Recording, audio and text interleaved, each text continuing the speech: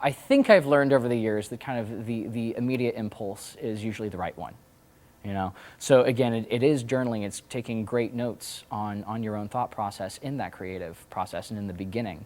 Again, producing other people's work. You know, since we haven't done anything original, we haven't commissioned anything, we haven't written anything ourselves, and we don't have like a brand that we push. It all starts with trying to find the playwright's language and the playwright's meaning and message.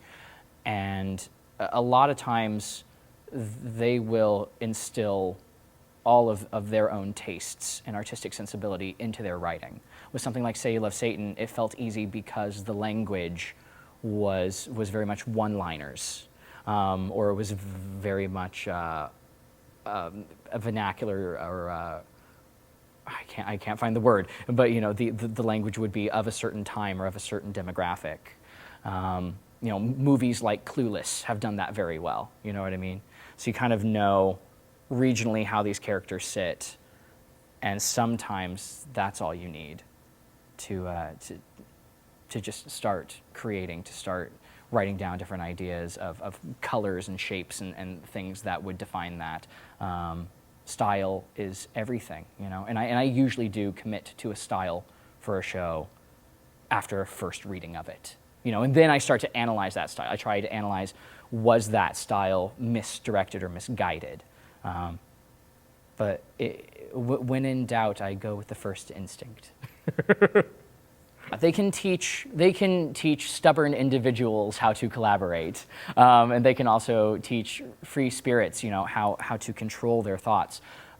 But when I tried to watch them, I don't know, maybe this is a bad example, but someone who really loved an actor's craft, but didn't have that raw sense of how to make believe, you know, and how to share that with actors around them, and how to kind of share that with an audience without winking at them and saying, here's what I'm trying to do, you know, to still be able to share that with them and to project a theatrical story beyond just themselves and beyond their own minds. And a lot of times it didn't work, and in programs, especially in performance programs, Bachelor of Fine Arts, and I went to school for musical theater performance, and they actually have reviews.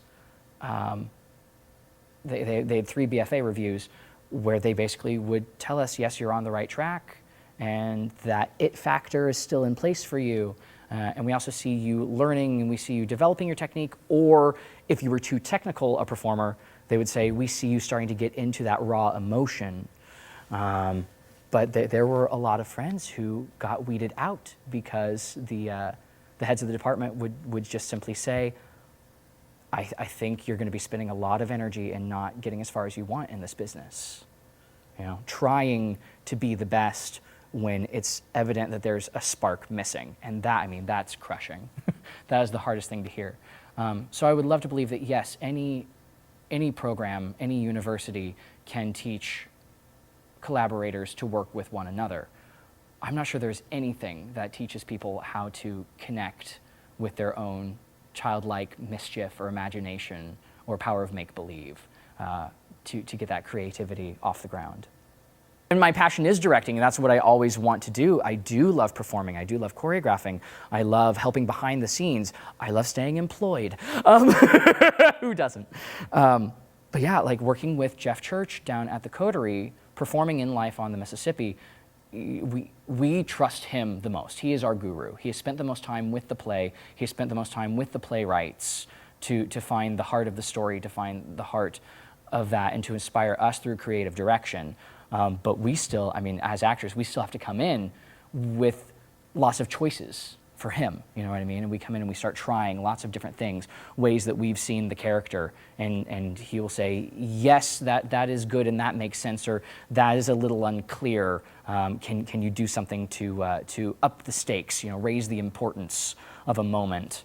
And eventually, you know, eventually the director leaves the process, you know, and in theater when the show opens, theoretically, any show maintenance becomes the responsibility of the stage manager.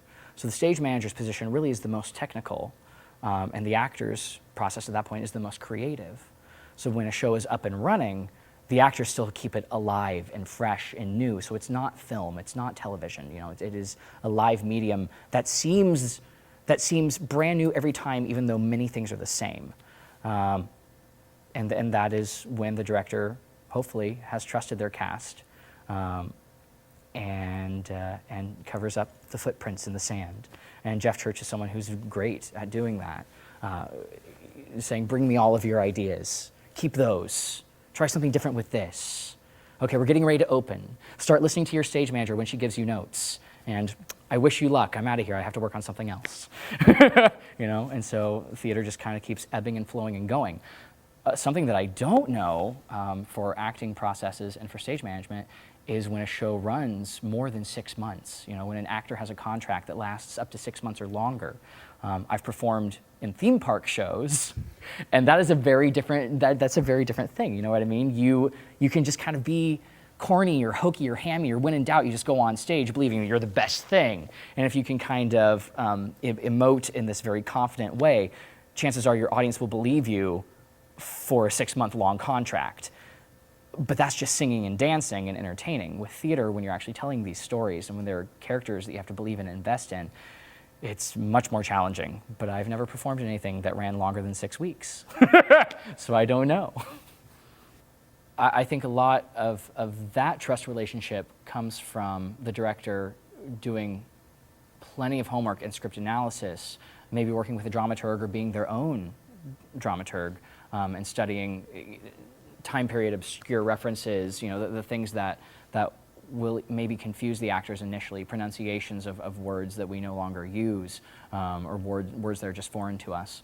And I think if the director has done their homework, it's pretty easy to prove to a collaborative ensemble that the director is someone that they can trust. The director is a parent, not a parent, but a parent for the cast.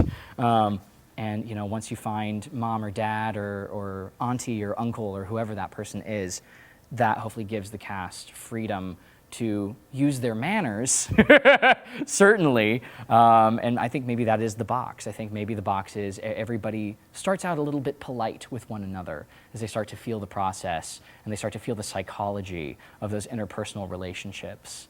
And then once that's established, you know, it maybe takes the first week to start to really get to know each other. Fortunately, in theater, it is required that we take lots of breaks in between the work of defining the script and defining where the characters will go. And so during a 10-minute break, you have social time, you know, and you really get to know each other. And it's like recess. It's like elementary school all over again, and you get lots of recess throughout the day. And those are the opportunities to start to learn about each other.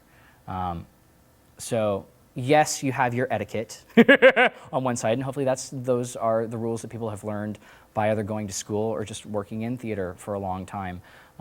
But then you also have that permission to be casual and to be frivolous with one another, you know. And I do think at some point frustrations will arise, and people look at each other and they say, "Do you trust me?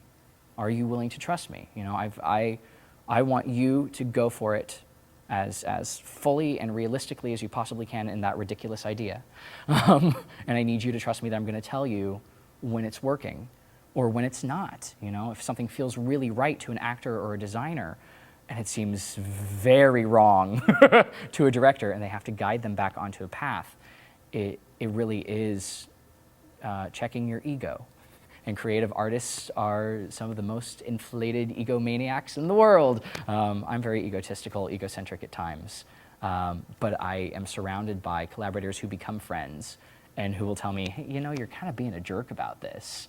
And unfortunately, I've also learned that lesson of choose your battles wisely. That's part of the etiquette thing. And you do start to learn what elements you're fighting for and what elements are maybe causing friction, what elements cause actors to fight against each other, so that you learn in this process we're all here to help each other. No one is here to hinder. So I think those are the rules of the playground.